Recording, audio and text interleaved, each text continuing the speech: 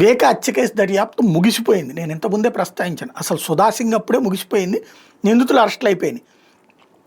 కాకపోతే cause of death, మరణానికి కారణం అన్నటువంటిది తేల్చే ప్రయత్నంలో ఆవిడ మర్డర్ ఫర్ గెయిన్ అని తేల్చింది. అంటే ఆయన దగ్గర ఉన్నటువంటి ఒక డాక్యుమెంట్, ఆయన రాసిన ఆస్తికి సంబంధించినటువంటి డాక్యుమెంట్ని స్వాధీనం చేసుకోవడం కోసమే ఆయన చంపారు. ఆయన చంపేటటువంటి సందర్భంలో కూడా ఆ డాక్యుమెంట్ ఎక్కడుందంటే ఆ డాక్యుమెంట్ ఒక్కటి వదిలేయండిరా అని చెప్పి కాళ్ళు పట్టుకుంటుంటే కూడా పొడిచి చంపారు, నరికి చంపారు. ఆ తర్వాత డాక్యుమెంట్లు తీసుకునే వెళ్ళిపోయారు అని ఆ డాక్యుమెంట్లు స్వాధీనం చేసుకోవడం ఒకటే మిగిలి ఉందన్నది మొదటి సిబిఐ అధికారిని సుధా సింగ్ దర్యాప్తులో తేలినటువంటి అంశం. అయితే ఈలోపు ఆమెను ట్రాన్స్ఫర్ చేసి ఆమె ప్లేస్లో వచ్చినటువంటి రామ్ సింగ్ వచ్చేటప్పటికి సునీత కోరినట్టుగా అందులో ఏదైతే రాజకీయ హత్య అన్నటువంటి కోణంలో విచారణ ప్రారంభించి కేసు మొత్తం టర్న్ అయిపోయింది. అది కాస్త విచిత్రమైనటువంటి మలుపులు తిప్పే ప్రయత్నం చేశారు.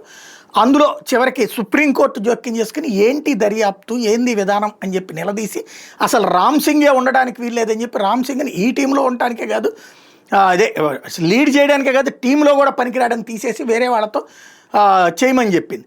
అప్పుడు చివరికి అవినాష్ని అరెస్టు అవసరం లేదు, అతన్ని ఒకవేళ మీరు అరెస్ట్ చేయండి, మీ దగ్గర ఉన్న ఆధార ప్రకారం అతను అరెస్ట్ చేయాల్సిన అవసరం లేదు, సాక్ష్యాలు తారుమారుకు సంబంధించి కూడా అతను చెప్తున్న వాదనతో కూడా కరెక్ట్ ఉంది అన్నటువంటి పాయింట్ చెప్తూ ఒకవేళ మీరు అరెస్ట్ చేయదలుచుకుంటే ఇమ్మీడియట్ బెయిల్ ఇవ్వమంది.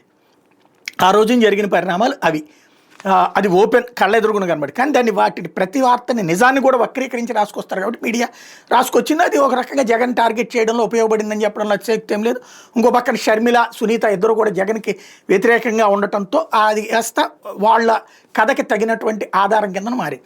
తర్వాత ఇప్పుడు సుప్రీంకోర్టులో వేసినటువంటి పిటిషన్ మీద రాష్ట్ర ప్రభుత్వం తరపున వాదించే సిద్ధార్థ లోద్రానే ఆమె తరపున వాదిస్తున్నారంటేనే సీన్ ఏంటన్నది అర్థం చేసుకోవచ్చు. ఇవాళ ఏదైతే మొన్న సిబిఐని సుప్రీంకోర్టు అడిగింది, వివేకా కేసులో బెయిల్ చాలామంది అడుగుతున్నారు, మీరేమో బెయిల్కి సంబంధించి అభ్యంతరాలు వ్యక్తం చేస్తున్నారు, ఇంకా ఉంది ఆ దర్యాప్తు, ఇంకా దర్యాప్తు ఉంటే బెయిల్కి సంబంధించి వీళ్ళు ఏదైనా చెడగొడతారనుకోవచ్చు అంటే సునీత లోపు లేదు ఆల్రెడీ బెయిల్ మీద ఉన్న బెయిల్ కూడా రద్దు చేయమని కోర్టుకు వెళ్ళింది. ఆ విషయంలో సిబిఐని ముందు మీ వాదన ఏంటో చెప్పమంటే ఇప్పటికి 3 టర్మ్స్ అయింది, వాళ్ళు ఏమి విచారణకు సంబంధించి ఇంకా కొనసాగిస్తామని కానీ వీళ్ళు కోరుకున్నట్టు మళ్ళీ మొదటి నుంచి బిగిన్ చేయమనేటటువంటి దానికి కానీ సిద్ధంగా లేరని చెప్పేశారు. అదే సందర్భంలో స్పష్టతనివ్వట్లేదు. ఈలోపు ఇవాళ ఈ బెయిల్ రద్దుకు సంబంధించినటువంటి పిటిషన్ మీద వాదనలో బెయిల్ రద్దుని తోసిపుచ్చింది సుప్రీంకోర్టు. ఒకసారి ఇచ్చిన బెయిల్ మేము రద్దు చేయాల్సిన అవసరం లేదు, సుప్రీంకోర్టు స్థాయిలో రద్దు చేయాల్సిన అవసరం లేదు, ఒకవేళ వాళ్ళు బెయిల్కి సంబంధించినటువంటి నిబంధనలు ఉల్లంఘించినట్టు అనిపిస్తే కనుక కింద ట్రయల్ కోర్టులోకి పోండి అని చెప్పేసి ఆదేశాలు ఇచ్చింది.